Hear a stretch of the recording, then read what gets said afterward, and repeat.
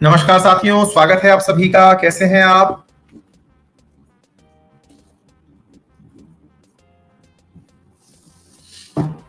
कैसे हैं? मस्त एकदम।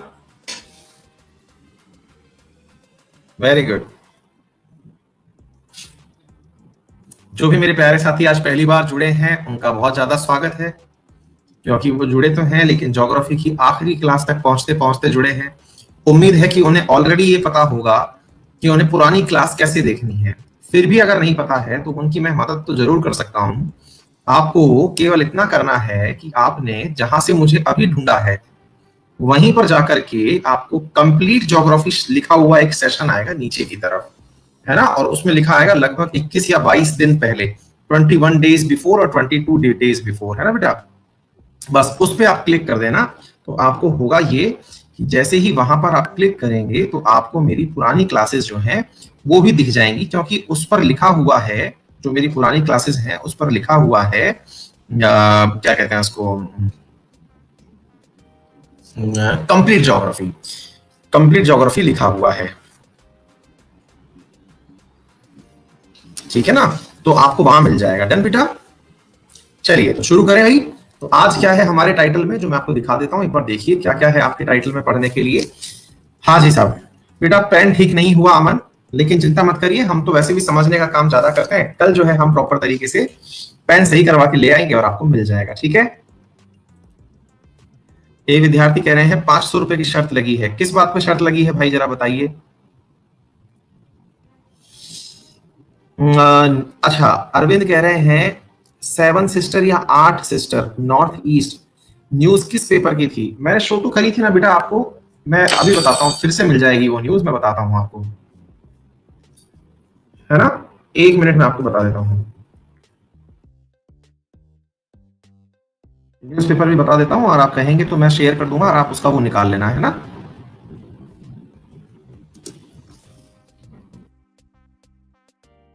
अरविंद की मदद करनी पड़ेगी, क्योंकि अरविंद ने कहा है तो मदद करनी चाहिए।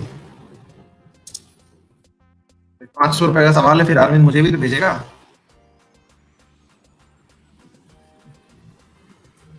एक मिनट।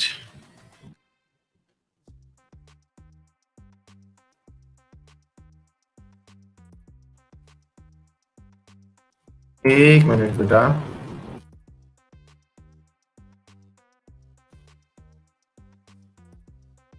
मैंने शेयर की भी थी आप लोगों को, प्रीवियस क्लास में भी पड़ी हुई है।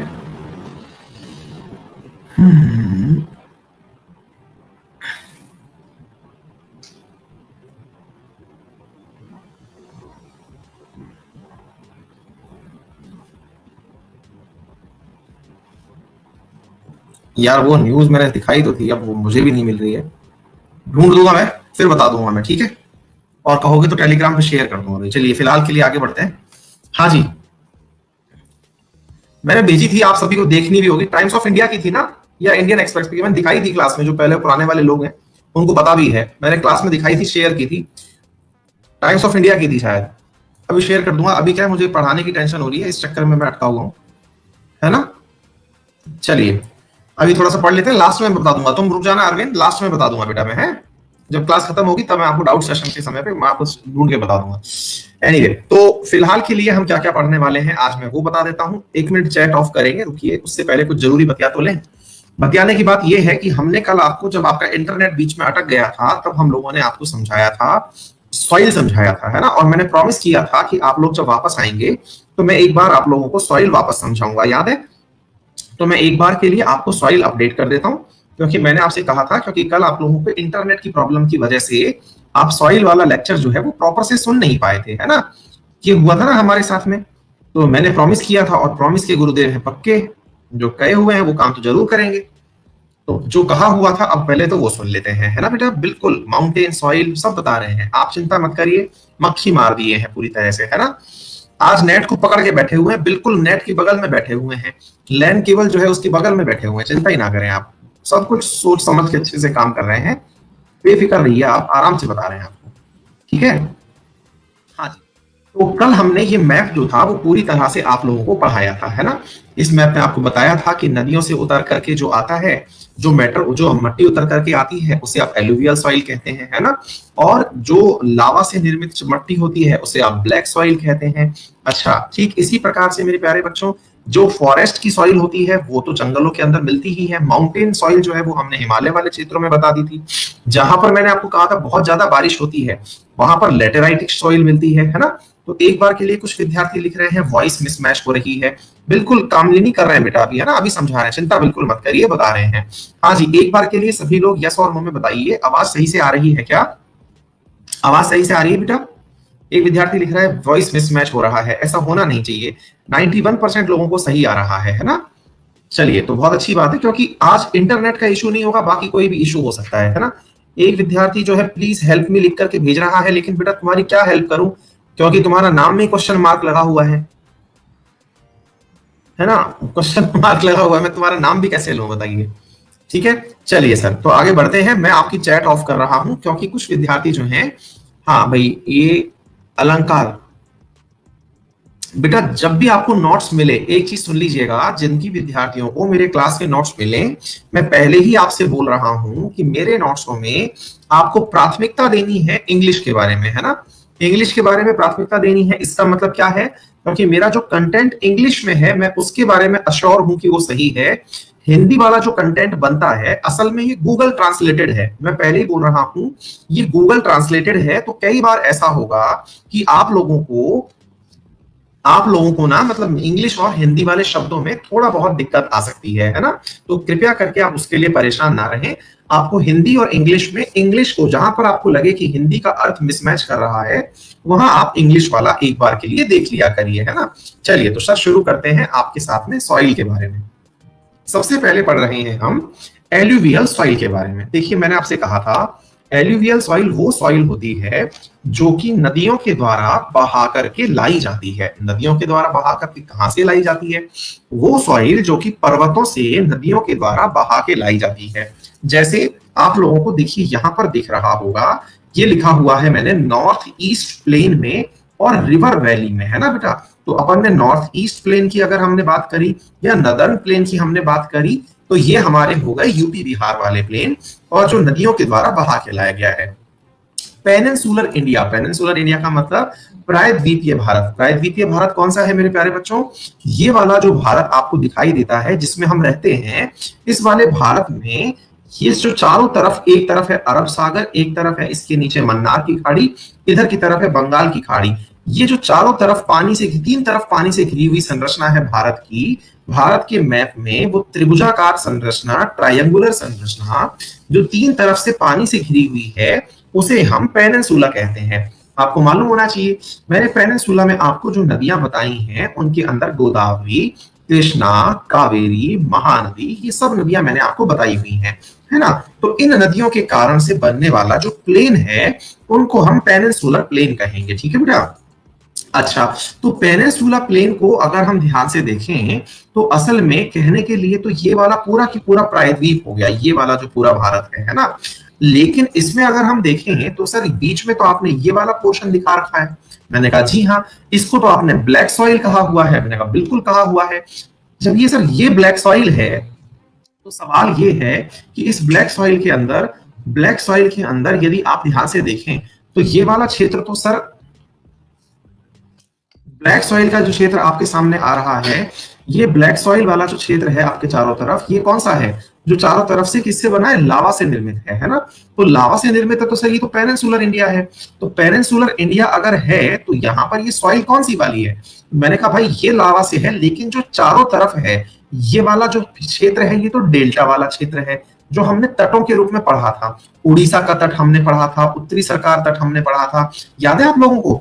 इसी प्रकार से हम लोगों ने आपके सामने यहाँ पर तट पढ़े थे, मालाबार तट पढ़े थे। ये वाला जो क्षेत्र है, ये वाले तटों की अगर हम बात करते हैं तो ये तट कौन से वाले कहलाते हैं आप लोगों के लिए? ये वाले तट हो गए उत्कल का, वो क्या कहते हैं इसको, मालाबार तट, कोंकण तट, और क्या बोलते हैं कन्नड़ तट। ये वाले तट बनते हैं एस्चुरी से। किससे बनते हैं? एस्चुरी से।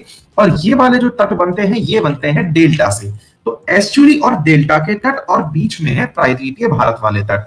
तो नदियों की अगर आप बात करते हैं एल्यूवियल होने की, तो एल्यूवियल में आप देखिए ध्यान से, ये जो किनारे किनारे व्हाइट दिख रहे हैं आपको, ये नदियों के द्वारा डेल्टा जहां बनाया गया है, वहां डेल्टा के साथ साथ जो मिट्टी है उसके बारे में लिखा हुआ है कि ये एल्यूवियल है, ठीक है ना। अच्छा, हाँ भाई, जो विद्यार्थी आज नए जुड़े हैं उन्हें मैं बता दूं, आपकी क्लास की बगल में आपको 3 डॉट दिखाई देंगे, जहां आपको मेरी क्लास दिखाई दे रही है वहां पर आपको 3 डॉट दिखाई देंगे। उन 3 डॉट पर आप क्लिक करेंगे तो आपको डाउनलोड नाउ का ऑप्शन दिखाई दे जाएगा। तो उस डाउनलोड नाउ के ऑप्शन पर जब आप क्लिक करेंगे तो आपको जो भी ये कंटेंट मैं दिखा रहा हूं, ये पूरा कंटेंट आप आसानी से वहां से रीड कर सकते हैं और निकाल सकते हैं प्रिंट उसका, है ना बेटा। अच्छा, आगे बढ़ते हैं भाई। इसी प्रकार से मेरे प्यारे साथियों, इंडस गंगा ब्रह्मपुत्र में कल आपको बता चुका था, नर्मदा तापी में आपको समझा चुका था, ये सारी बातें मैं आपको प्रॉपर तरीके से समझा चुका हूं, तो यहां से मुझे और कुछ समझाने की आवश्यकता नहीं है। अब यहां पर थोड़ा बहुत अगर कुछ आवश्यकता पड़ती है तो वो ये है कि यहां पर किस चीज की अधिकता होती है। तो मेरे प्यारे बच्चों, पोटाश की अधिकता है और पुअर इन फास्फोरस है। देखिए, 3 चीजें होती हैं मिट्टी के अंदर जो सामान्यतया हम पढ़ते हैं, एन, पी और के, नाइट्रोजन, फास्फोरस और पोटेशियम। जब कहा जाता है एन, पी, के, तो आपको ये बातें याद रखनी है। नाइट्रोजन आता कैसे है जमीन में, तो नाइट्रोजन जो जमीन में आता है इसका आने का प्रमुख कारण क्या है, नाइट्रोजन चक्र है। नाइट्रोजन चक्र कैसे पूरा होता है, वायुमंडलीय नाइट्रोजन को पौधों की जड़ों में पाए जाने वाले नाइट्रोजन फिक्सेसिंग बैक्टीरिया, साइनो मतलब ये जो होते हैं साइनो बैक्टीरिया जो होते हैं, या नाइट्रोबैक्टर, नाइट्रोमोनास, ये जो चीजें हैं, ये नाइट्रोजनस जो चीजें हैं जो वायुमंडल में नाइट्रोजन गैस है उसको फिक्स करके मिट्टी के अंदर नाइट्रोजन की मात्रा बढ़ाते हैं। तो मिट्टी में नाइट्रोजन आई कहां से, तो वायुमंडल से आई। तो नाइट्रोजन का तो सोर्स हो गया वायुमंडल। दूसरी चीज बनती है आपके सामने पोटाश। तो मेरे प्यारे साथियों, यहां पर है ये फास्फोरस, ये है potassium, that is potash. Potash की मात्रा कम है यहाँ पर और फास्फोरस की मात्रा यहाँ पर, सॉरी, फास्फोरस की मात्रा कम है यहाँ पर और पोटाश की मात्रा यहाँ ज्यादा है। ये 2 बातें आपको अतिरिक्त रूप से याद करनी होंगी, इसका कोई भी कंसेप्ट नहीं है ना। कोशिश कर सकते हैं आप दिमाग लगाने की कि पहाड़ से उतर के आ रही है तो कुछ अपना अपना राइमिंग बना लेना। मेरे पास इसका कोई भी तरीका नहीं है जिससे कि मैं आपको ये कह सकूं ऐसा क्यों होता है, आप इसे ध्यान रखिएगा, ठीक है। हाँ जी, अब रेड सॉइल की हम बात करते हैं। रेड सॉइल, ये लो रेनफॉल एरिया जहां पर बारिश कम होती है वहां पर लाल मिट्टी मिलती है। Also known as omnibus group, omnibus group के नाम से जानी जाती है, ये इसका नाम हो गया। पोरस है, फाइब्रल स्ट्रक्चर है, यानी कि आप इसको देखेंगे तो प्रॉपर तरीके से छिद्रित है। अब इसका मतलब क्या है बेटा, होता क्या है कि मिट्टी में अगर आपको पौधा लगाना है तो मिट्टी में पोर्स होने की आवश्यकता अत्यधिक होती है।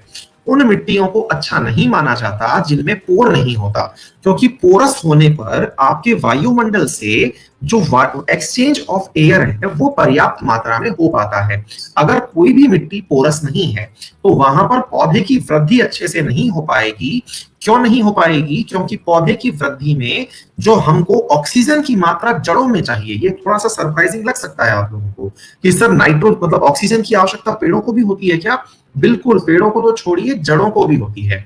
तो जड़ वाला जो भाग है किसी पौधे का, उस जड़ वाले भाग में भी किसकी आवश्यकता होती है, ऑक्सीजन की आवश्यकता होती है। तो पोरस होना जो है वो ऑक्सीजन का सिंबल है। यही कारण है कि आप लोगों ने कई बार देखा होगा कि घर में जब हम लोग स्प्राउट्स बनाते हैं, स्प्राउट्स का मतलब समझ रहे हैं आप, जब हम दाल को भिगो करके उन्हें अंकुरित बनाते हैं तो आप किसी दाल को पूरे टाइम पानी में भिगो के रखिए। जब आप पूरे टाइम पानी में भिगो के रखेंगे उसमें से अंकुर निकल के नहीं आएगा, उसमें से स्प्राउट्स निकल के नहीं आएगा। बोले नहीं गुरुजी, हमारे तो निकल आता है। आपके पता है कब निकलता है, जब आपकी वो भीगी हुई दाल है ना उसका पानी कम हो जाता है और वो दाल हवा के संपर्क में आ जाती है। मतलब क्या हुआ, अगर पूरी तरह से पानी को आप लवरेज करके रख देंगे, आपने कई बार देखा हो कि किसी बाउल में आपने दाल डाली और उसके ऊपर पानी जो है वो आपने आधा आधा भर दिया। अगर आपने ऐसा कर दिया तो आपके उस पानी के कारण से जो दाल का जो मूल मूल कण है वो हवा के संपर्क में नहीं आता और दाल अंकुरित नहीं होती।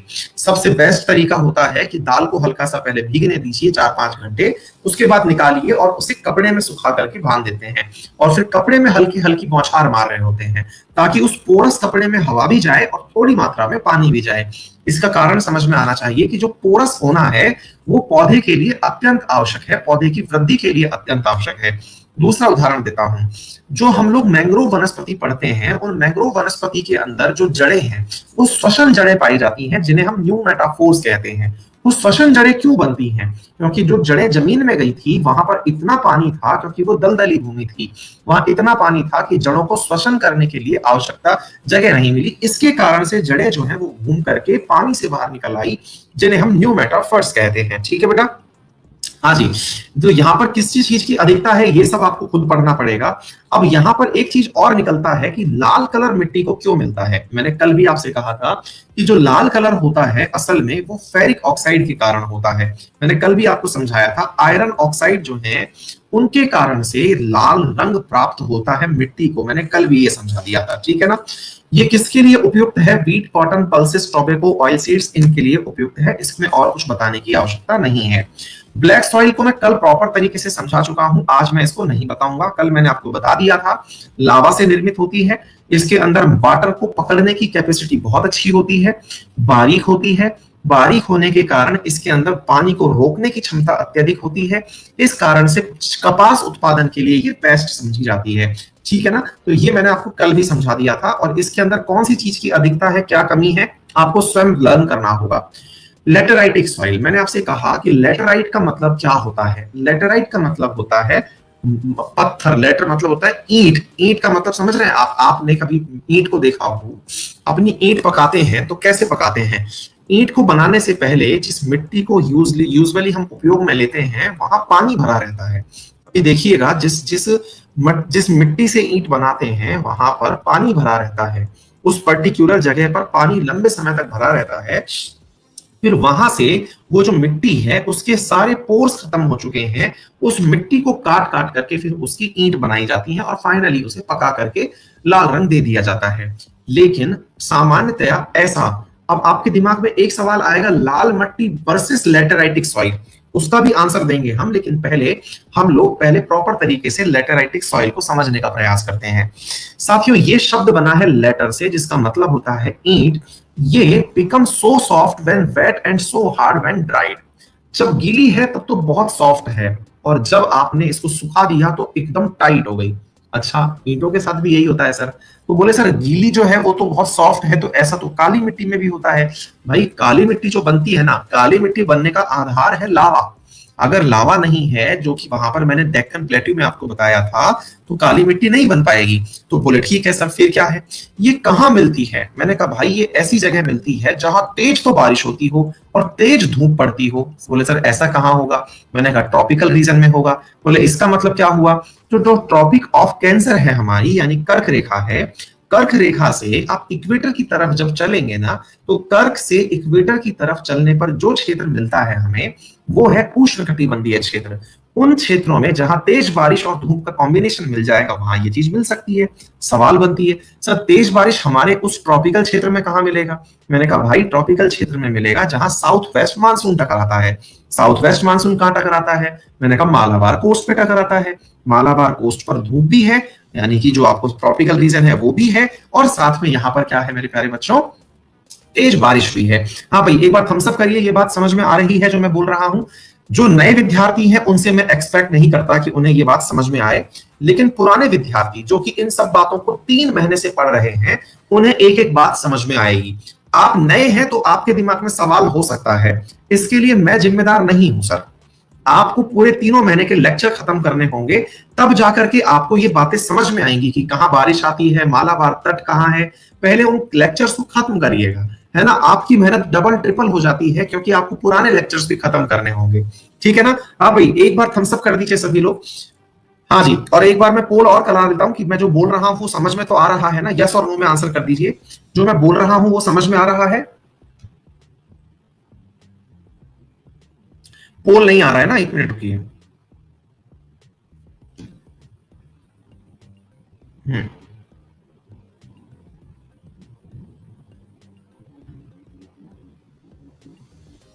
यस और नो में जो मैं बोल रहा हूं वो समझ में आ रहा है कि नहीं? जो नए विद्यार्थी हैं उनके उनके लिए मैं आश्वस्त हूं, और मैं मानता हूं कि मेरी क्लास में हर दिन बहुत सारे नए विद्यार्थी जुड़ते हैं।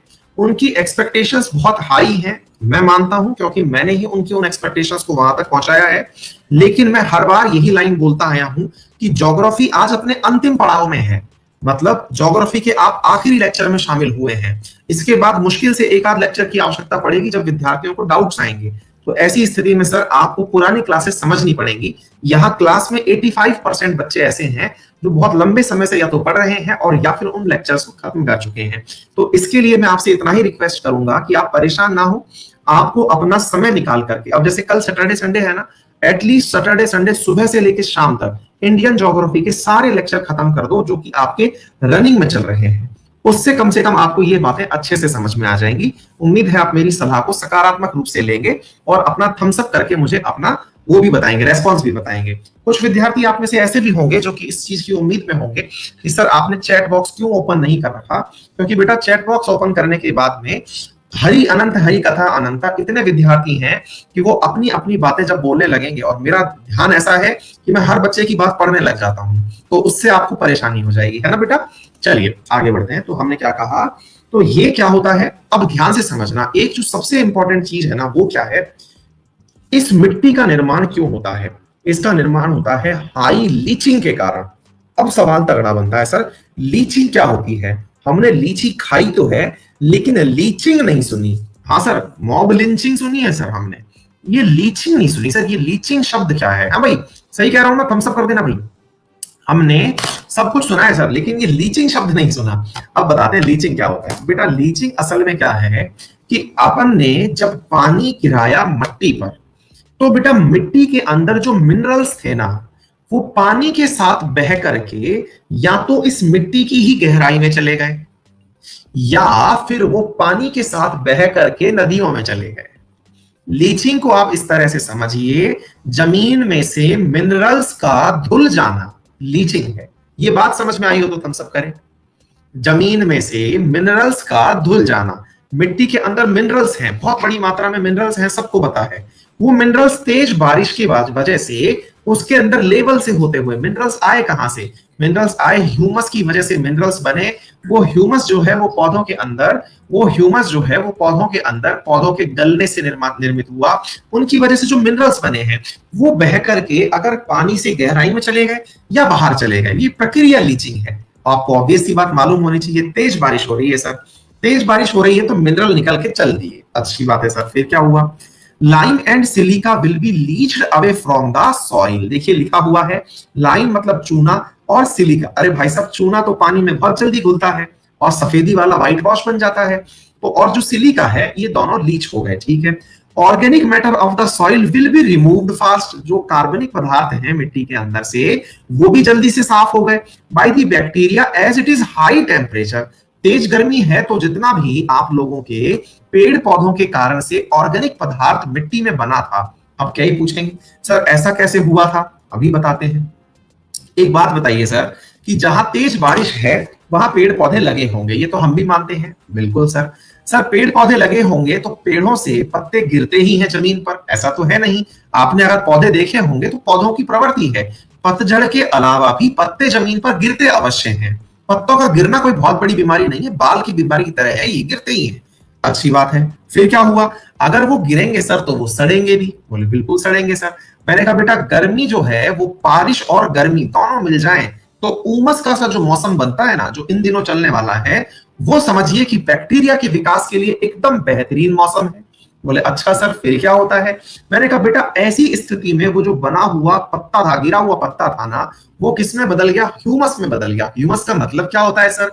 बेटा पत्तों के अंदर जो ओरिजिनल सब्सटेंस थे पत्ता बनाने में, कार्बन, हाइड्रोजन, ऑक्सीजन, वो उनमें वितरित हो गया, वो मूलभूत कणों में टूट गया।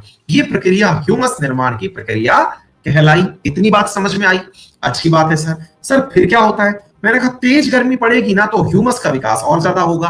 बोले ओ सॉरी बैक्टीरिया का विकास और ज्यादा होगा, तो वो उन पत्तों को भी प्रॉपर तरीके से कंज्यूम कर जाएगा। मतलब ये हुआ कि उनको अंतिम परिणति तक तुरंत पहुंचा देगा, रहा साहब बारिश काम पूरा कर देगा। इसका मतलब क्या हुआ? इसका मतलब ये हुआ कि अल्टीमेटली जो ह्यूमस बना वो बन भी जल्दी गया लेकिन बह भी जल्दी गया, क्योंकि बारिश आ गई। Rich in iron and aluminium, ऐसा क्यों हुआ सर? भाई आयरन और एल्यूमिनियम की कहानी क्या है? सियाल, सीमा एंड निफे, ये हमने धरती के 3 स्तर पढ़े हुए हैं। जो पुराने विद्यार्थी हैं उन्होंने धरती की संरचना मेरे साथ पढ़ी हुई है। तो बेटा जब लाइन जो चूना था वो तो बह के चला गया, सिलिका, सियाल, सियाल में सिलिका, सिलिकन और एल्यूमिनियम, वो भी बह के चली गई। लेवल बचा किसका? सीमा, सिलिकन और मैग्नीशियम, निकल और आयरन। तो आप जमीन में जब नीचे की तरफ जाते हैं ना तो आयरन की मात्रा बढ़ती है। ये जो आयरन है ना, ये ऑक्सीजन से मिलने के लालच में जमीन से ऊपर निकल आता है। ऑक्सीजन से मिलने के लालच में ये ऊपर चला आता है, बिल्कुल वैसे जैसे दीपक के अंदर तेल जो है वो लौ तक पहुंच जाता है। बिल्कुल वैसे जिस प्रकार से आपका कपड़ा बाल्टी में टच होते ही पूरा पूरा गीला हो जाता है, इस प्रक्रिया को आप लोग केशिकात्व के रूप में समझते हैं, कैपिलरी एक्शन के रूप में समझते हैं। तो जमीन से जो आयरन है वो धीरे धीरे ऊपर निकल के आ गया। आयरन ऊपर निकल के आया, ऑक्सीजन के संपर्क में आया, खुली सांस ली, आयरन ऑक्साइड बन गया। आयरन ऑक्साइड जैसे ही बना मेरे प्यारे साथियों, आयरन ऑक्साइड का रंग लाल है। तो रंग लाल हुआ तो रंग लाल होते ही आपको जमीन लाल दिखाई देने लग गई, ठीक है ना? तो ये रेड कलर क्योंकि आयरन ऑक्साइड बना। हाँ भाई, इतना डिटेल में समझाया है, इसके अलावा भाई साहब मैं रिसर्च नहीं करवा सकता। थम्स अप कर दीजिए, उम्मीद है आपको मेरी बात समझ में आ रही होगी, ठीक है ना? यहाँ पर शुगर केन, रागी और स्पेशली केशू नट याद रख लेना। जो अपना ये होता है ना, क्या कहते हैं इसको, केशू नट को क्या बोलते हो, काजू।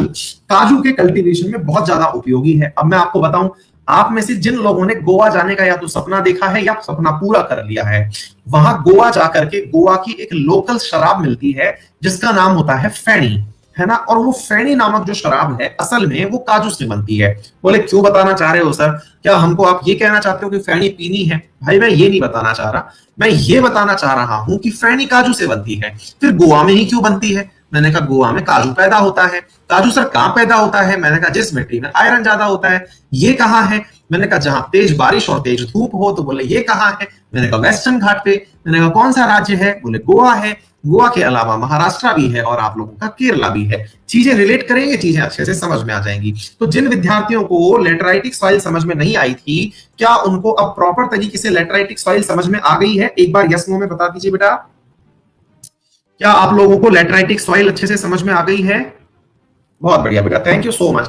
7-8%, 9% लोग ऐसे मिल जाएंगे जिनको कि मतलब ईश्वर भी खुश नहीं कर सकता, तो मैं तो हैसियत ही क्या रखता हूं, है ना? जान निकाल के रख दो तो, क्योंकि वो तो उस चीज को भी नहीं एडजस्ट कर पाएंगे, कोई बात नहीं। लेकिन जिनको आ गई अच्छी बात है सर। डेजर्ट और एरिड सॉइल की हम बात करते हैं। सर डेजर्ट सॉइल की क्या कहानी है? भाई डेजर्ट सॉइल की कहानी ये है जो मैंने आपको कल भी सुनाई थी। रेगिस्तान है जी, रेगिस्तान के अंदर क्या होता है? पानी नहीं है तो फिर मिट्टी का क्या यूज है? तो साहब यहाँ पर क्या होता है, मिट्टी तो है नहीं, पानी तो है नहीं, पौधे भी नहीं है, फिर क्या होता है? तो आओ कभी हमारे रेगिस्तान आपको दिखाते हैं कितनी धूल भरी आंधियां चलती हैं। अभी भी जब मैं आपके साथ क्लास ले रहा हूं, बहुत बहुत तेज आंधी चल रही है। आंधी विंड के साथ में धूल उड़ती है, और धूल ऐसी ऐसी उड़ती है कि मैं तो फिर भी पूर्वी राजस्थान में हूं। पूर्वी राजस्थान के अंदर तो इतनी धूल फिर भी नहीं उड़ती है, क्योंकि तुलनात्मक रूप से हम लोग जो है वो ठीक ठाक जगह पर है, मतलब यहाँ पर ग्रीनरी मिल जाती है। आप आइए पश्चिमी राजस्थान में, यहाँ इतनी तेज लोकल विंड चलती हैं। जो राजस्थानी है, पश्चिमी राजस्थानी, वो भी थम्स अप करके बताएं ताकि लोगों को पता चले। इतनी तेज हवा चलती है कि पूरे की पूरे जो मिट्टी के टीले हैं, जो सैंड ड्यून्स हैं, वो टीले उड़ उड़ के चल देते हैं जनाब, गायब हो जाते हैं। आपने कल जाकर के किसी दोस्त को कहा कि चल टीले पे चल के आएंगे, टीले पर जाएंगे, मतलब Jack and Jill went up the टीला। वो टीले पे जाने की जो बात कर रहे थे भाई साहब, आप अगले दिन गए तो वह टीला गायब हो गया। समझ रहे हैं आप? जो मिट्टी के धोरे बनते हैं ना, जो आप देखते हो टीले, वो पूरे पूरे उड़ जाते हैं झर। पूरी मिट्टी उड़ गई और वो कहीं और जाके जम गई। इसकी वजह से बहुत सारी आकृतियों का निर्माण होता है, ठीक है ना? इवन शहरों के अंदर ऐसे ऐसे नजारे देखने को मिलते हैं जिनकी वजह से आपको घबराहट हो जाएगी। आप यूपी बिहार वाले हैं, शायद आप लोगों को ये चीज देखना सुलभ ना हो पाए। चलिए मैं आपको एक बार दिखा देता हूं।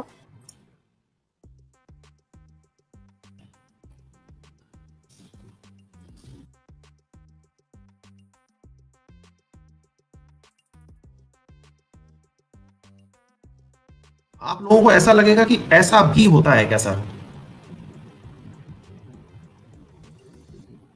ऐसा लगता है जैसे कोई बहुत दूर से तूफान चला आ रहा है, घबराहट हो जाएगी आप लोगों को भाई। जैसे आप समुद्र में वो देखते हैं ना, मतलब ज्वाला आती हुई देखते हैं, वैसी चीज होती है सर।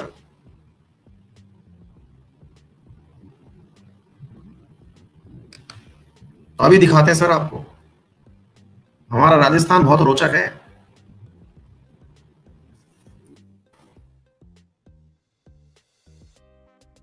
ये देखिए,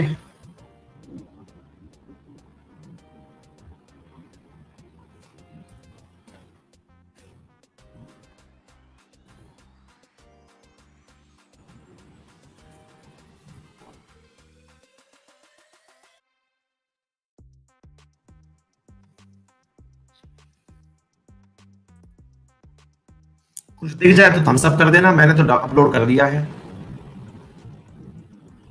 ये राजस्थान का एक जिला है जिसका नाम है पाली, वो पाली का दृश्य है ये, और राजस्थान पत्रिका में से मैंने अभी कट करके आपको दिखाया है। देख पा रहे हैं आप, इतना बड़ा धूल का गुबार, मतलब यहां पर कुछ नहीं है और ये धूल का गुबार आपकी तरफ आ रहा है सरप्राइजिंग। अब सोचो ये धूल जाएगी कहां?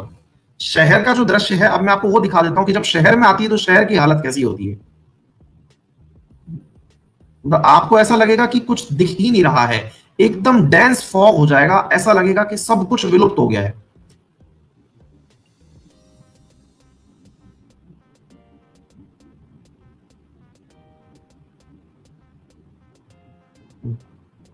चलिए जयपुर की फोटो दिखा देता हूं मैं आप लोगों को। ये जयपुर की विधानसभा के सामने की फोटो दिखा रहा हूं, जिससे कि आपको ये लग जाएगा कि हाँ सर,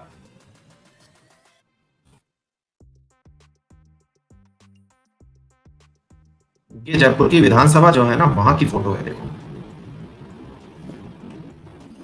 जो हमारे राजस्थानी भाई हैं उनको तो लग रहा होगा गुरुजी हम तो रोज ही देखते हैं, पर बेटा कोई बात नहीं, इस बहाने ही सही अपन जयपुर के दर्शन तो करा दें।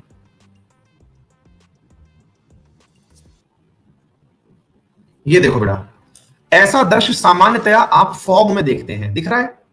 ये जयपुर के जो विधानसभा है उसके सामने का रूट है ये सामने दिख रही है। एक बहुत गौर से देखेंगे तो आपको एक संरचना दिखाई देगी, ये विधानसभा है जयपुर की। ये महलनुमा आकृति है, शायद आपको देखने में दिक्कत आ रही हो, लेकिन ये महलनुमा आकृति आपको दिख रही है, ये जयपुर की विधानसभा है। ठीक है, गहराई से देखने पर दिख रहा है। ये इतनी डस्ट है, और ये रोड है ना, ये मुश्किल से 1 किलोमीटर लंबा रोड है, और इतनी दूर से भी आपको कुछ दिख नहीं रहा है। ये फॉग नहीं है, ये डस्ट है। दिखा कुछ? तो ये जो मिट्टी है ना, अब ये कहीं तो जाके जमेगी ना भाई, तो ये जहां जमेगी उस जमी हुई जगह की ही बात हम कर रहे हैं, और वो क्या है, हम यही कहना चाह रहे हैं कि ये असल में विंड एक्टिविटी से प्रभावित होती है, यानी हवा से प्रभावित होती है। अच्छा, ऐसी स्थिति में क्या होता है कि यहां पर ना तो मॉइस्चर होगी ना ह्यूमस, तभी तो उड़ रहा है। मॉइस्चर होती तो उड़ती ही नहीं। अच्छा, और क्या हो सकता है, तो इसके अंदर नाइट्रोजन भी कम मिलेगा, तो मतलब ये किसी भी तरीके से यूजफुल मिट्टी नहीं होती है। बस इतना सा समझ लीजिए, इसके बारे में कुछ ज्यादा याद करने की आवश्यकता नहीं है। जो फैक्ट्स है वो आपको खुद को याद करने पड़ेंगे सर। मार्शी सॉइल के बारे में क्या मानिए सर, इसमें क्या होता है सर, अब मार्शी सॉइल वर्सेस लैटराइटिक सॉइल, इन दोनों में बड़ा अंतर हो सकता है। क्या हो सकता है सर? सर दोनों में एक छोटा सा जो अंतर है वो क्या है कि मार्शी सॉइल सामान्यतया उसको कहा जाता है जहां का पानी बह के ना जाए। मार्शी जो जगह है उसको समझिए दलदल जैसी जगह है। मतलब समझिए कि अगर मान लीजिए कहीं पर बारिश तो खूब हुई, लेकिन वो पानी बहा नहीं, जैसे ढलान पर बारिश हुई, जैसे मालाबार तट की हमने बात करी, तो यहां पर ढलान पर बारिश हुई, पानी खूब बरसा पारसा और बहकर चला गया, तो ये जो मिट्टी है ना, इसमें से सारे मिनरल जो है वो बह बह करके या तो अंदर घुस गए या बह गए, लीचिंग की प्रक्रिया हो गई। लेकिन पानी इतना बरसा और वो भर गया एक ही जगह पर, तो वो जो मिट्टी है ना, उस मिट्टी के अंदर ऊपर से गिरने वाली जो ह्यूमस के कण गिर रहे हैं, यानी पत्ते गिर रहे हैं, वो तो ह्यूमस बनी रहे हैं, तेज गर्मी हो रखी है, और ये जो स्थिति बनी और मिट्टी में से वो बह के नहीं जा रहा, ऐसी स्थिति जो है वो दलदली भूमि बन जाती है। यानी मिट्टी और पानी का ऐसा मिक्सचर हो गया कि आप उससे निकल नहीं पा रहे हैं। दलदल की अपन बचपन में कहानियां सुना करते थे, पैर किसी का फंस जाए तो वो उसके अंदर डूब जाता है, ऐसी कहानियां अपन लोग देखा करते थे, है ना? तो ये दलदली कहानी है साहब। इसके अंदर क्या होता है, तो यहाँ पर large quantity of dead organic matters, obvious सी बात है सर, जब बहुत सारे पौधे हैं वहां पर और वो पौधे की पत्तियां गिर रही हैं, जैसे सुंदरबन डेल्टा ले लिया हमने, सुंदरबन डेल्टा के अंदर क्या है, दलदली भूमि है, तो वहां के जो पत्ते पानी में गिरे तो उन पत्तों की वजह से यहां पर क्या हुआ, बहुत ज्यादा क्या बन गया, ह्यूमस का निर्माण हुआ, लेकिन दलदली भूमि थी, है ना। और इस कारण से चूंकि ह्यूमस बना, ह्यूमस काले कलर का होता है, कार्बन का ओरिजिनल कलर क्या है, काला, तो इस सामान्यतः काले कलर का दिखाई देता है। एल्कलाइन का मतलब क्या है, क्षारीय होना होता है, ठीक है सर। ये हो गई बातें। फॉरेस्ट सॉइल, जंगलों के अंदर सामान्यतया जो कही जाती है, यहां पर ह्यूमस का कंटेंट लेस है, सॉइल इज एसिडिक, जो कि हाई रेनफॉल तो है लेकिन वो पानी अगेन बह रहा है, उतना भी नहीं बह रहा है। मतलब देखिए दो यहां पर डाउट हो सकता है, laterite soil versus forest soil में। फॉरेस्ट सॉइल जो हमारे इस मैप में आपको दिखाई गई है वो यहां है, ये जो ऊपर की तरफ आपको सॉइल दिखाई गई है ये फॉरेस्ट सॉइल है, ये ऊपर वाली दिस वन, ये फॉरेस्ट है, नीचे की तरफ लेटराइट है। दोनों में अंतर क्या है भाई, यहां पर तेज धूप और तेज बारिश दोनों है, तेज धूप और तेज बारिश से वो मिट्टी जम करके लाल ब्रिक रेड हो गई है तो लेटराइट बना है।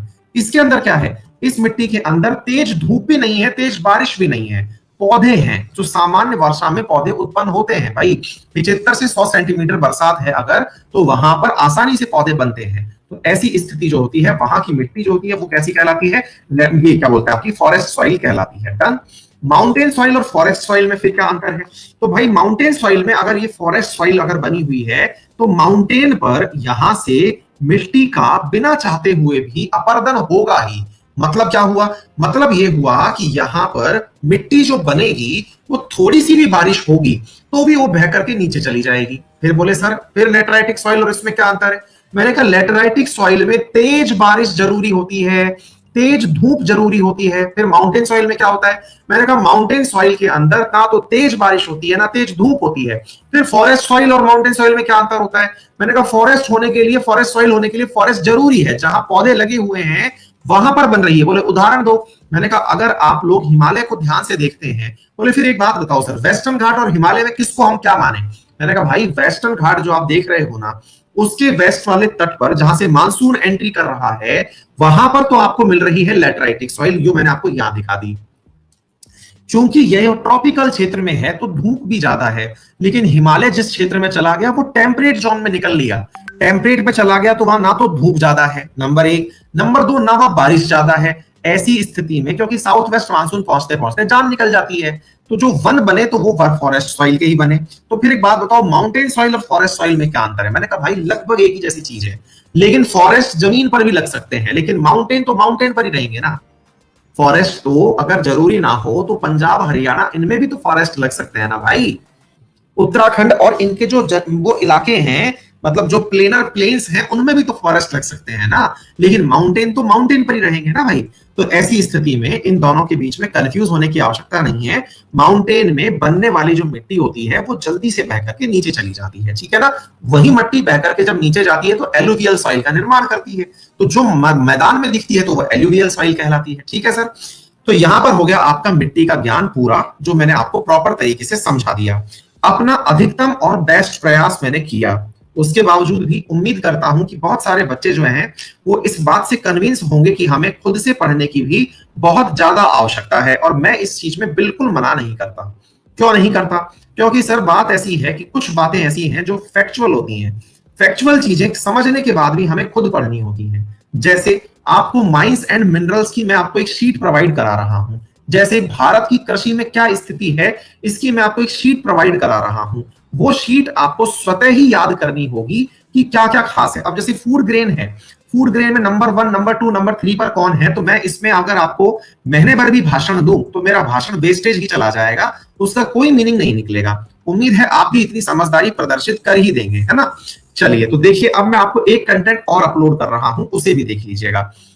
हाँ जी, अगर आपने आज से पहले भी पढ़ाई की होगी तो ये सब चीजें आपको मालूम है कि ये कैसे पढ़नी होती है। इधर देखिए, ये है भारत के मिनरल्स, मिनरल्स में कौन कौन सा मिनरल कहां कहां पर है ये सब चीजें देख लीजिएगा। फेरस मिनरल जिसमें आयरन अधिकता से पाया जाता है, उनमें आयरन, क्रोमाइट, निकल, मैग्नीशियम, आयरन बेस जिन्हें कहते हैं।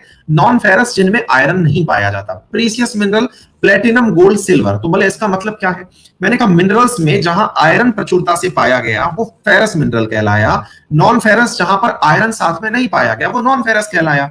इसी प्रकार से ये पूरे की पूरे मिनरल्स के आपके सामने नाम है। Nuclear mineral, thorium, uranium, zirconium, ठीक है। भारत में कोल माइन कौन कौन सी हैं, सिंगरौली, बोकारो, झरिया, रानीगंज, कोरबा, तालछर, ये सब आपको याद करनी पड़ेंगी। मैं नहीं करूंगा और ना ही मैं इनको कराऊंगा, क्यों नहीं कराऊंगा? क्योंकि सर ये आपकी जरूरी है, मेरे लिए जरूरी नहीं है। आपको ये सब बातें मैंने बहुत अच्छे से उपलब्ध करा दी हैं, इसके लिए आप मुझे थैंक यू अवश्य बोल दीजिएगा, क्योंकि बहुत प्यारा कंटेंट आपको प्रॉपर तरीके से उपलब्ध करवा रहा हूं।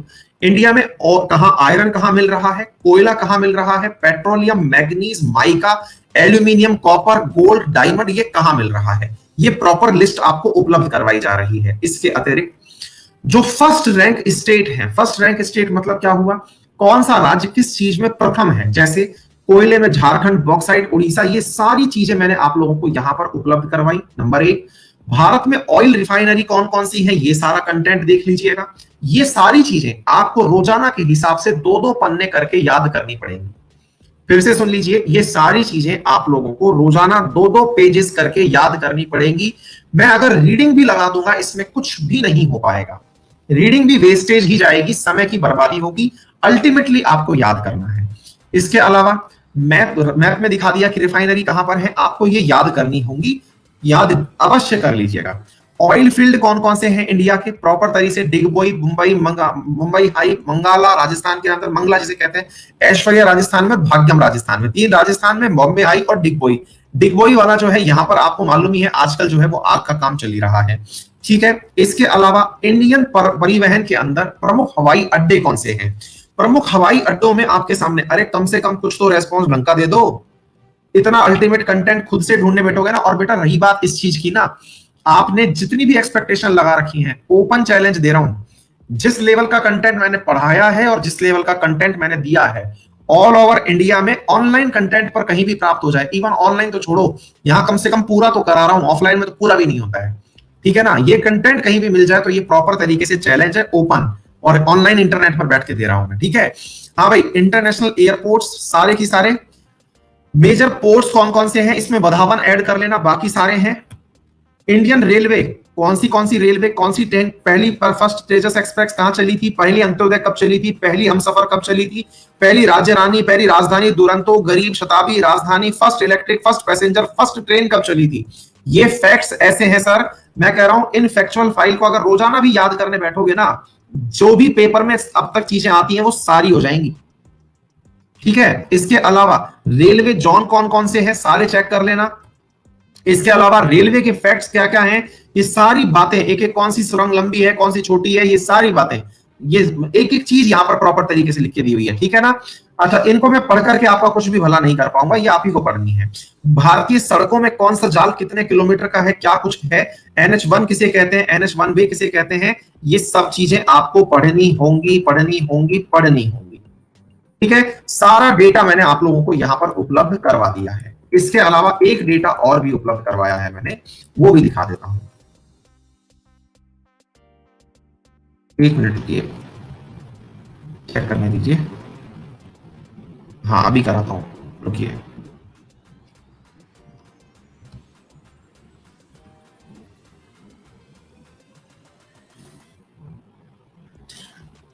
ये आ गया आपके सामने।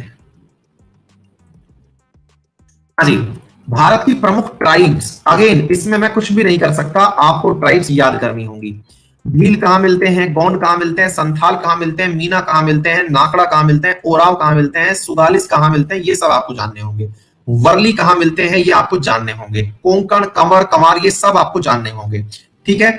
इसके अलावा भूमिज, गारो, कोया, ये सारा कंटेंट आपको एज इट इज मिल जाएगा। यहां पर मेरी क्लास के बगल में जो 3 डॉट दिए हुए हैं वहां से डाउनलोड कर लीजिएगा, ठीक है।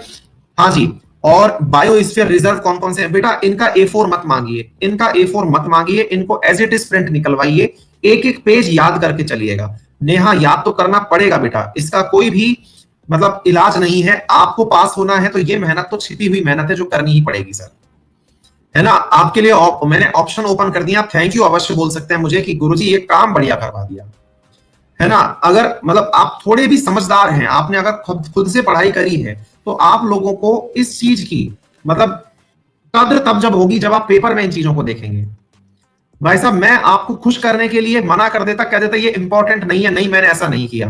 हाँ टेस्ट लूंगा, आप चिंता मत करिए, सबका टेस्ट लेके याद करवा दूंगा मैं, ठीक है ना। इनका एक एक चीज का टेस्ट लेकर के प्रॉपर तरीके से याद करवा दूंगा, ये प्रॉमिस है मेरा, है ना। अपन अभी वर्ड चला रखा है मैंने, आप लोग वर्ड ज्योग्राफी प्रॉपर तरीके से चल रहा है ना बेटा। वर्ल्ड ज्योग्राफी के तुरंत बाद इंडियन ज्योग्राफी का टेस्ट कंटिन्यू करूंगा, एक एक चीज कंप्लीट करवा दूंगा, लेकिन भाई साहब ये फैक्ट्स आपको करने पड़ेंगे, ठीक है ना। ये सारा की सारा मतलब इंपॉर्टेंट, अब देखिए होने को तो इतने सारे biosphere reserves, important wild life, केवल इंपॉर्टेंट वही आपके साथ में साझा की गई है, ठीक है भाई। यार कम से कम दो चार भले शब्द तो बोल दो यार। अब एक आध चीज जो रह रही है मैं आपको वो बता देता हूं जो मुझे पता है, और मैं कई दिन से सोच रहा हूं फिर भी छूट जा रही है।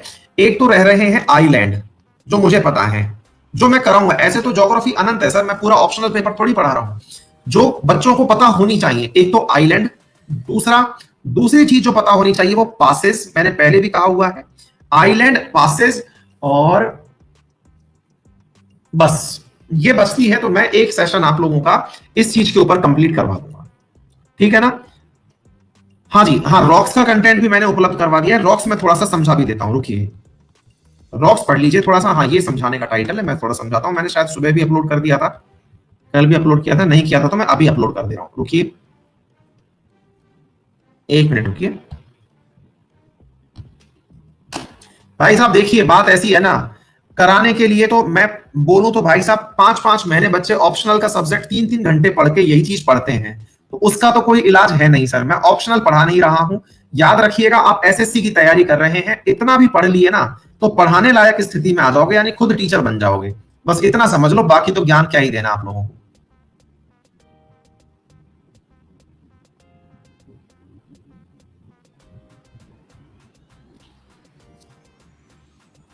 ठीक है, एक मिनट, रॉक्स बता रहा हूं मैं, रॉक्स पढ़ा देता हूं आपको, थोड़ा शांति से बैठ के रॉक्स पढ़िए, ठीक है। एक minute,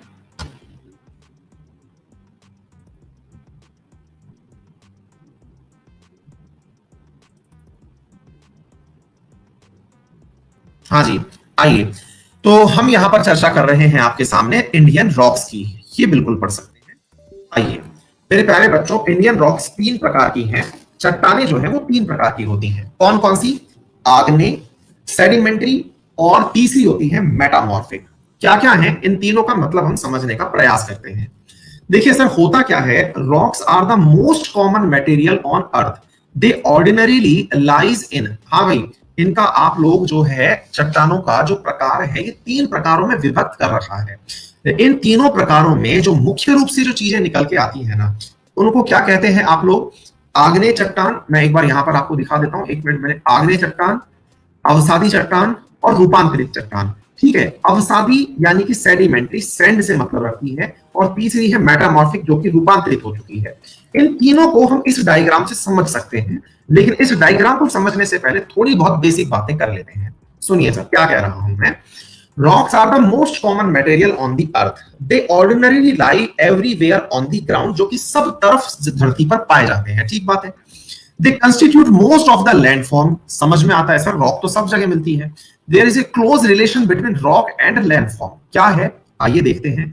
The earth crust is composed of rocks. अब ये क्या है? लेक्चर 1 जहां पर हमने स्ट्रक्चर ऑफ अर्थ समझी थी, स्ट्रक्चर को हमने 3 भागों में बांटा था, अर्थ क्रस्ट, मेंटल और कोर। जो अर्थ का क्रस्ट है ना वो रॉक से मिलकर के बना हुआ है, जो क्रस्ट है वो रॉक से मिलकर के बना हुआ है। उसके नीचे है मेंटल जो कि पिघला हुआ है, और उसके नीचे है कोर जो कि ऑलरेडी सॉलिड है, ठीक है। अच्छी बात है। तो हम कह रहे हैं कि जो क्रस्ट वाला पूरा की पूरा लैंडफॉर्म है आपका, वो किससे मिलकर के बना हुआ है? वो रॉक से मिलकर के बना हुआ है। A rock is an aggregate of one or more mineral that have been fused together into solid lump. अब बड़ा सवाल बनता है कि सर ये जो पत्थर जैसी संरचना दिख रही है ना, ये आफ्टर ऑल है क्या? मैंने कहा भाई इसके अंदर बहुत सारे मिनरल्स का एक कॉम्बिनेशन है। बोले इसका मतलब क्या हुआ? मैंने कहा बेटा इसका मतलब हो गया कि जो मिनरल्स धरती के अंदर सिलिका के साथ कॉम्बिनेशन बनाएंगे, वो मिनरल्स संयुक्त रूप से चट्टान कहलाएंगे। बोले कैसे? मैंने कहा देखो, अगर मान लीजिएगा कि किसी मिट्टी के अंदर आयरन की अधिकता है और वो कंपोज होकर के पत्थर बन गई, तो वो जो चट्टान है वो आपको लाल दिखाई देने लगेगी, जैसे लाल मार्बल। तो लाल मार्बल में कैल्शियम कार्बोनेट तो है ही है, उसमें थोड़ी आयरन की अधिकता भी है, तो वो लाल दिखाई देने लग गया। कहने का मतलब ये हुआ कि इन कॉम्बिनेशंस की वजह से तरह तरह की चट्टान बनती है। बोले ठीक है सर, इनकी कोई प्रॉपर्टी बताइए। मैंने कहा सर ये जो बात है, एक तो प्रॉपर्टी का मतलब आप ये समझ के चलिए, या तो ये केवल सिलिका से निर्मित होगी। देखिए धरती का अधिकांश हिस्सा है ना, वो सिलिकॉन से बना हुआ है, SI से रिप्रेजेंट करते हैं आप उसको, ठीक है ना। तो भाई entirely it is made up of the ये सिलिका, या फिर rock do not have definite composition of mineral constituent. मतलब क्या हुआ, आप ये नहीं कह सकते कि आग्नेय चट्टान है तो इसमें इतना परसेंट ये, इतना परसेंट ये, इतना परसेंट ये पाया जाएगा, यानी कि इसका कोई थंब रूल नहीं है कि ऐसा ही मिलेगा। ठीक है सर। रॉक में भी हार्ड और soft, for example granite is hard and soap stone is soft. आपको मालूम है सोप स्टोन जो आप टेल्कम पाउडर लगाते हैं ना शरीर पर, जो अपन छिड़क करके लगाते हैं, वो आपको थोड़ा आरामदायक फील होता है, वो भी चट्टान का पाउडर है, वो कोई ऐसा थोड़ी है। और सामान्यतः सोप स्टोन को उसमें यूज किया जाता है। Rocks may have varied color. Some rocks are dark and some are light in color. For example, gabbro is black and quartzite can be milky white. बिल्कुल हो सकता है, क्वार्ट्ज का जो पत्थर होता है चमकीला पत्थर होता है। अच्छा सर, अब ये है आपके सामने रॉक साइकिल। रॉक बनती कैसे है? देखिए सर, तो होता क्या है, इग्नियस रॉक का निर्माण तो मैंने आप लोगों को कल भी एक बार बताया था, फिर भी एक बार बता रहा हूं। मेरे प्यारे बच्चों, जब हम धरती की संरचना समझते हैं ना, तो धरती की संरचना में ऊपर क्रस्ट, बीच में मेंटल और नीचे कोर है। ये जो मेंटल वाला हिस्सा है, इसके अंदर लावा उपस्थित है। ये लावा जो है ये रिस करके बाहर आ जाए। कैसे रिस के बाहर आएगा सर? मैंने कहा दो प्रक्रियाएं होती हैं। फिर से क्या करें सर इस बात को समझने के लिए? वर्ल्ड ज्योग्राफी के लेक्चर देख लीजिएगा, कैसे क्या होता है। सर आपने ऐसा क्या पढ़ाया है? मैंने कहा वर्ल्ड ज्योग्राफी में मैंने पर्वत का बनना बताया था कि चट्टानें जब आपस में टकराती हैं तो जहां टकराती हैं वहां भूकंप, ज्वालामुखी आते हैं और पर्वतों का निर्माण होता है। और मैंने जब अफ्रीका पढ़ाया था तो बताया था जब कॉन्टिनेंट आपस में एक दूसरे से दूर होते हैं तो रिफ्ट का निर्माण होता है। बोले अच्छी बात है। तीसरा वॉल्केनो, और मैंने आपको अर्थक्वेक बहुत अच्छे से पढ़ाए हुए हैं। मैंने बताया हुआ है कि वॉल्केनो केवल आपकी टेक्टोनिक एक्टिविटी से नहीं आते, कई बार ऐसा भी होता है कि जमीन जहां कमजोर होती है वहां भी वॉल्केनो आ जाता है। तो बोले अच्छा, तो ये आपने पूरी तरह से वर्ल्ड ज्योग्राफी में पढ़ा हुआ है। जो नए हैं, जिन्होंने वर्ल्ड ज्योग्राफी के टाइम ज्वाइन नहीं किया था, कृपया करके वर्ल्ड ज्योग्राफी का सेशन कंप्लीट कर लें। कहां मिलेगा? जहां मेरा नाम लिखा हुआ है उसके नीचे ही लिखा हुआ है कंप्लीट ज्योग्राफी। कंप्लीट ज्योग्राफी पे क्लिक करिएगा तो वो वर्ल्ड ज्योग्राफी के ही क्वेश्चन है। मेरा नाम कहां ढूंढना है? अनअकैडमी पर। जहां पर आप नीचे जाएंगे एसएससी सेक्शन में, वहां कंप्लीट ज्योग्राफी लिखा हुआ है, वो असल में वर्ल्ड ज्योग्राफी है। ठीक है बेटा। अच्छा, तो फिर क्या हुआ? मैंने कहा भाई जो जमीन में से मैग्मा, जो जमीन के नीचे था, मेंटल के पास जो मैग्मा था, वो जमीन से ऊपर निकल के जब आया तो ये लावा कहलाया। लावा जमीन पर जम गया तो आग्नेय कहलाया। इसको रिलेट करके याद कर लो। कैसे? कि सर आग से निकला, क्यों? लावा कैसा होता है? गर्म होता है ना। तो यहां पर क्या लिखा है? मैग्मा और लावा से जो बनता है वो क्या कहलाता है? इग्नियस रॉक कहलाता है। प्रीवियस लेक्चर याद करिए, मैंने वॉल्केनो और जब आपको ये सब चीजें पढ़ाई थी तो एक और बात आपको सिखाई थी। क्या सिखाई थी? ये जितनी भी चीजें हैं, जरूरी नहीं है कि लावा ऊपर तक ही आए। मैंने आपको एक एक ये संरचना भी पढ़ाई है कि लावा अगर जमीन के अंदर ही फंस के रह गया, जमीन में फंस के रह गया, इसका मतलब क्या हुआ कि भाई जहां पर लावा बना हुआ है, अगर वो बीच में फंस गया तो वहां पर संरचनाएं बनती हैं, सिल बनते हैं, डाइक्स बनते हैं, लेपोलिथ बनते हैं, लेकोलिथ बनते हैं, पैथोलिथ बनते हैं। याद कर रखा हो तो थम्स अप कर देना। पढ़ा रखा है, आप नहीं पढ़ो तो बात अलग है, क्लास में मैंने पढ़ा रखा है। अब वो संरचनाएं जो कि जमीन के नीचे ही बन गई, क्रस्ट के नीचे ही बन गई, जब क्रस्ट ऊपर से घिसने लगी, क्रस्ट क्यों घिसेगी भाई? जमीन का अपर्दन होगा।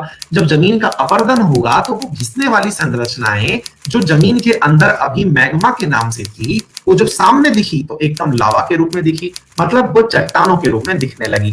ठीक है ना बेटा। They are known as primary rock, क्योंकि सबसे पहले बनी है तो प्राइमरी कहलाई। When magma in its upward movement cool and turn into solid, then called is igneous rock. Proper तरीके से समझा दिया है अब मैंने आपको। The process of cooling and solidification can happen in the crust of earth or on the surface of the earth. समझा दिया मैंने आपको। If the molten material is cooled slowly at great depth, अभी समझाया, mineral grain may be very large. अगर मान लीजिए जो मैग्मा आया था वो क्रस्ट के अंदर ही, क्योंकि जमीन के ऊपर नहीं आया, वो क्रस्ट के भीतर ही लेपोलिथ टाइप से ही बन के रह गया, तो उसमें उस समय मिनरल्स बहुत ज्यादा हो सकते हैं। ठीक है ना। सडन कूलिंग अगर हुई हो, एकदम बाहर आया हो और ठंडा हो गया हो, तो यहां पर स्मॉल और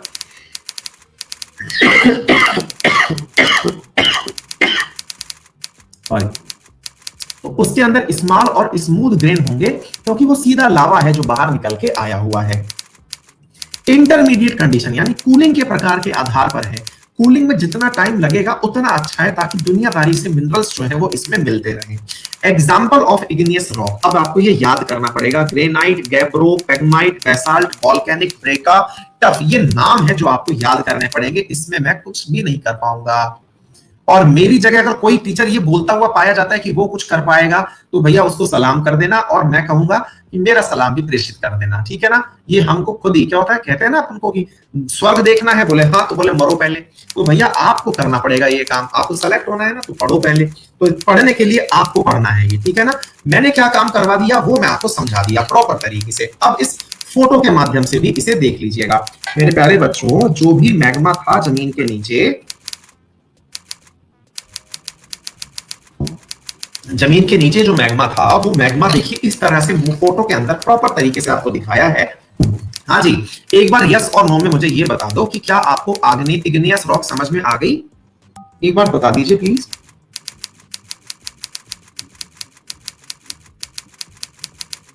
बहुत बढ़िया बेटा, इतना परसेंटेज तो बहुत है भाई, 83% पे तो लोग मेरिट में आ जाते हैं आजकल।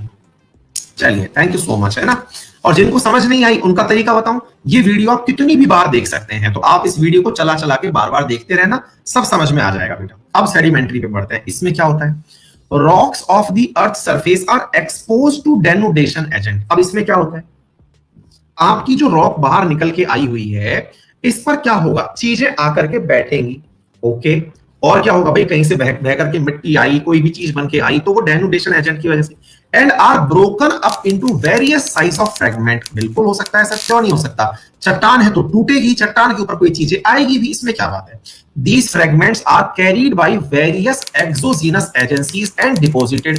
भाई चट्टान है अगर, तो वो टूट गई, घिस गई, तो उस टूटे हुए, चटे घिसे हुए पदार्थ को लेकर के बहुत सारी चीजें, जैसे तेज हवा उसे बहा कर ले गई है, पानी उसको बहा कर ले गया, बर्फ उसको बहा कर ले गई, तो ये चीजें उसको हटा करके ले जाएंगी। बोले अच्छा, these deposits through क्या बोलते हैं, कंपैक्शन टर्न इनटू रॉक। अब क्या हुआ, ये जो चीजें थी जो आपने अभी हटाई, ये हटी हुई चीजें एक साथ एक दिन इकट्ठी हो गई और टाइट हो गई। तो पहले तो ये घिस घिस के आई थी, इधर उधर से आई थी, कंपैक्ट हो गई।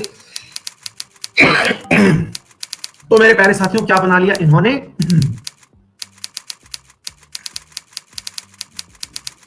रॉक जैसी संरचना बना ली।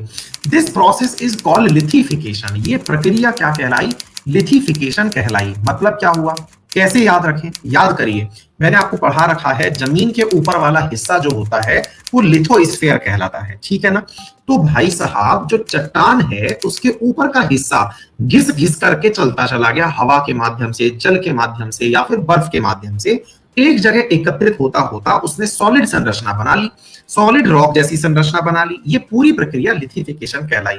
In several sedimentary rocks, layer of deposit maintain their characteristic even after lithification।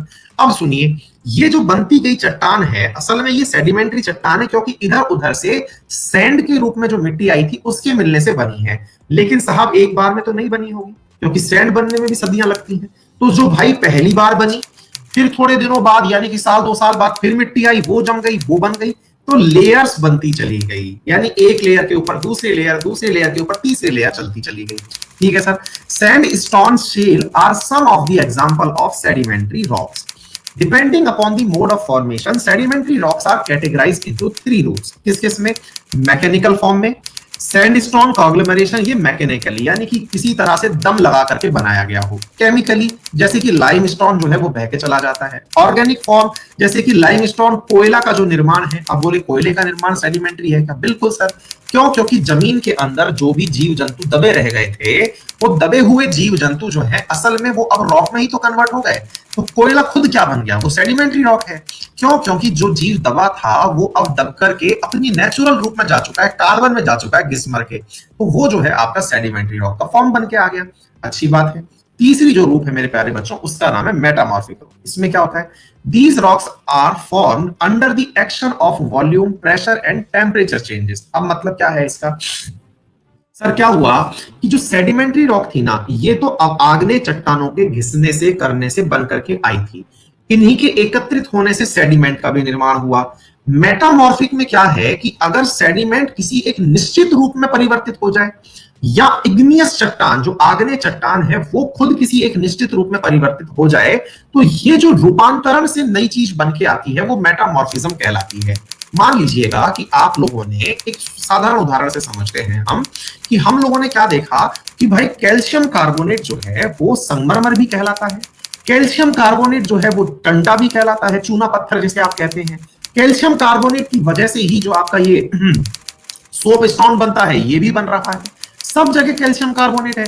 लेकिन कैल्शियम कार्बोनेट जब प्रॉपर तरीके से तापमान, दाब और इन चीजों में दबता रहा और एक प्रॉपर तरीके की अलाइनमेंट बन करके आ गई ना मेरे प्यारे बच्चों, तो उसे हमने क्या नाम दिया? मेटामॉर्फिक रॉक नाम दिया। Metamorphism happens when rocks are forced down to lower level by tectonic processes, यानी कि जब उनको दाब के द्वारा दबा करके बनाया जाए। When molten magma rising through the crust come in contact with the crustal rock and or the underlying rock are exposed to great amount of pressure by overlying rock। मतलब बहुत सारा नीचे से आग्नेय चट्टान के रूप में मैग्मा बाहर आ रहा था, लेकिन ऊपर कोई बहुत जबरदस्त रॉक मिल गई, उसने उस मैग्मा को नीचे ही दबा लिया, तो वो क्रश हो गई, नीचे दब के रह गई। तो material rock chemically modify and recrystallize due to thermal metamorphism, ठीक है ना। They are two type of thermal metamorphism, contact metamorphism और रीजनल मेटामॉर्फिज्म, यानी रूप में परिवर्तन किसी के संपर्क में आने से भी हो सकता है और क्षेत्रीय भी हो सकता है, ठीक है सर। तो ये मेटामॉर्फिज्म हुआ। तो मेटामॉर्फिज्म असल में किसी का रूप परिवर्तित करना है। इस पूरी घटना को हम इस साइकिल से समझ सकते हैं, जिसे हम रॉक साइकिल कहते हैं। जैसे सबसे पहले मैग्मा कहां था?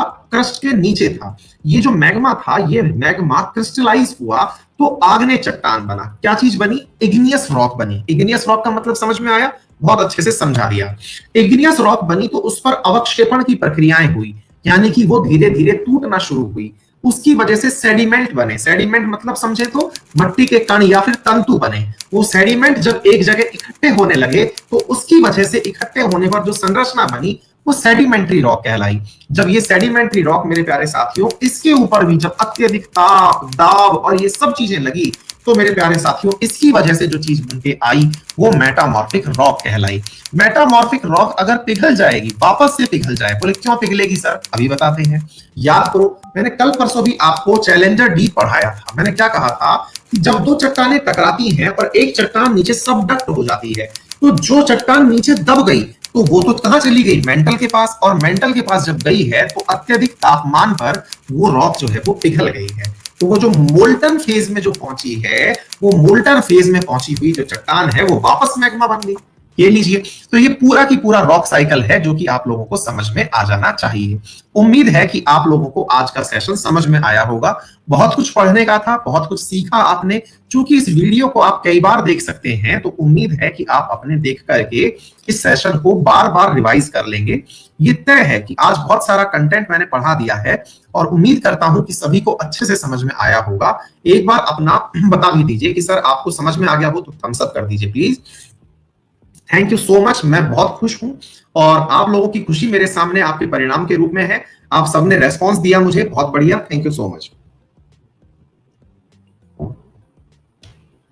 मंडे से इसी टाइम पर शुरू कर रहा हूं साइंस, ठीक है। साइंस में भी शुरू कर रहा हूं बायोलॉजी, ठीक है बेटा। तो डे 1 से हम बायोलॉजी पढ़ेंगे और उसके अतिरिक्त शुरू होगी इंडियन पॉलिटी। इंडियन पॉलिटी का टाइम टेबल मंडे के दिन पूछूंगा आप लोगों से, क्योंकि कुछ विद्यार्थी जो नए आएंगे उनसे भी एक बार आप लोगों से बात कर ली जाएगी, ठीक है सर। हाँ भाई, मस्त रहा, बढ़िया।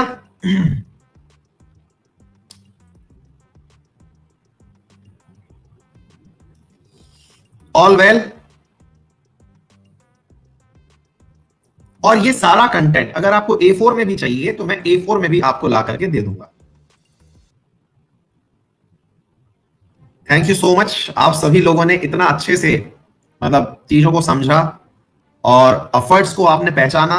और अच्छी बात तो यही है ना कि सर सोने की कद्र एक जौहरी कर सकता है। आपने इस कंटेंट को पहचाना। देखिए, बहुत आसान होता है कि मैं आपको केवल हल्का हल्का कंटेंट देता, आसान आसान सी चीजें देके ये कॉन्फिडेंस दे देता, यही आएगा यही आएगा यही आएगा। मैंने ऐसा नहीं किया सर।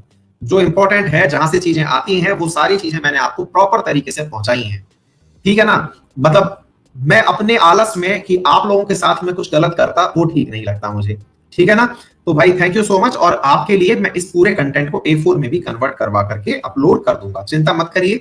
आप सैटरडे संडे को आप प्रॉपर तरीके से, हाँ एक 7 सिस्टर वाला यार ये पूछ रहे हैं, वो मैं 1 मिनट के लिए यार सही याद दिला दिया आपने, thank you so much. 1 minute.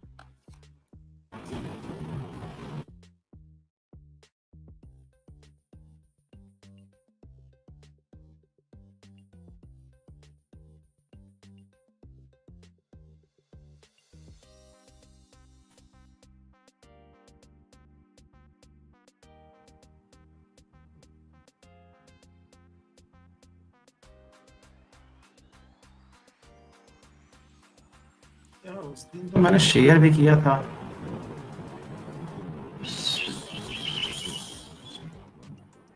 आज देख ही नहीं पा रहे हैं।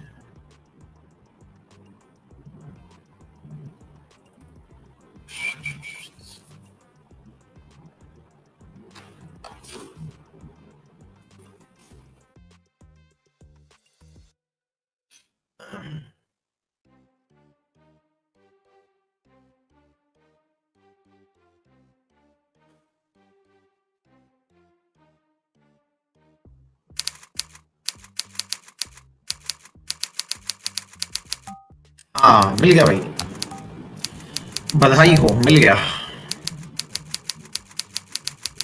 दे रहा हूं मैं कंटेंट, है ना? 1 सेकेंड।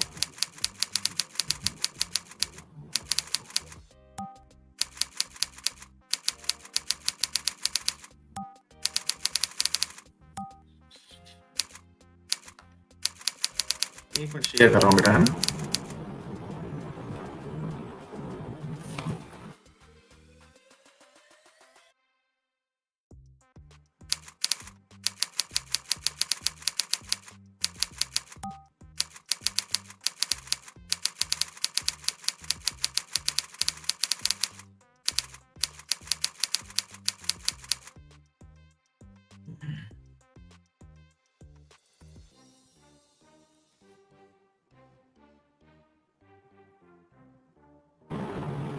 ये लीजिए। हाँ भाई अरविंद, हो गया काम आपका? और ये मैं आपको जूम करके दिखा देता हूँ, ये रहा, और जूम करके दिखा देता हूँ।